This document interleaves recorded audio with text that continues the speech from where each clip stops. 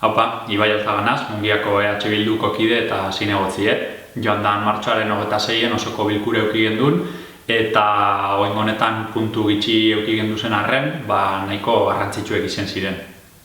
Alde batetik, Mungialdeko gizarte zerbitzuen mankomunitatearen estatutuetan aldaketa bat onartu behar zan. Mankomunitateak behar bezala funtzionetako, idazkari interventore baten figura beharrezkoa zan, eta hori estatutuetan jasota egon estanez, aldaketa hori egin beharra egon zan.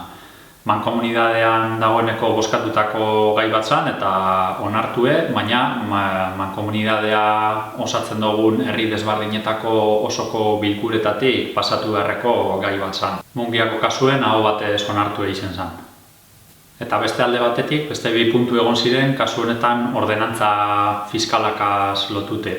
Batzuk gogoratuko dozue, orain urtebete pandemiaren hasikeran EH Bildutik hainbat proposamen luzatzen hasi ginela etorriko zanari aurre egin ahal izeteko. Beste neurri batzuen artean, politika fiskalean egin beharreko aldaketa batzuk planteatu gendu zen, eta horren artean sartzen dire konfinamenduen batez eta honek ekarri dauzen ondorioei aurre egin ahal izeteko, horixe zerga eta tasakaz lotute dauzen kontuekaz, zelan lagundu, zelan malgutu, honen ondorioei aurre egin ahal izeteko.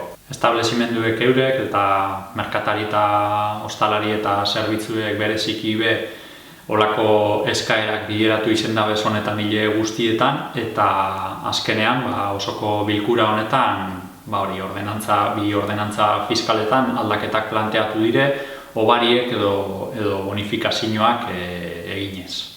Alde batetik egongo ziren udal jabegokoak diren eremuetan, erabilera pribatue dekienetan, horrek arautzen dauzen ordenantzan eta hor zehazten diren tasetan aldaketak egitea edo bonifikazio horrek planteatzea, hau da, alkar ulertzeko terrazen tasa, esan daigun, eta hor konfinamendue eta establezimendu horrek itxite egon behar izen diren bitartean bonifikazioak, eguneko bonifikazioak planteetako ordenantza fiskaletan aldaketa izen zan, bozkatu beharrekoa. Kasu honetan aho batez onartu izen zana. Eta beste ordenantza fiskala izen zan zentzu berdinean, kasu honetan zaborren tasa moduen ezagutzen dugun horretarako, eta kasu honetan termino bardinetan planteatute egon zan bonifikazio hori, eta hau batez onartu izen zan. Osoko bilkura honetan ez gendun bestelako gairik landu, egie da, martxoko batzorde desbardinetan aukera eduki dugule gai desbardinei buruz berba egiteko, informazioa jasotzeko eta galdera desbardinek egiteko. 2019ko diruzaintza kontuen auditoritza txostenak zein 2020ko kontuen likidazioa eduki dugu aztergai, eta honen konture hainbat galdera bideratu dugu, hurrengo asteetan erantzungo dozku esenak. Lurralde batzordean, Gatika eta Frantzia arteko interkonexio elektrikoaren proiektu hori eztabaidagai eduki gendun, Mungian eragiten dauelako.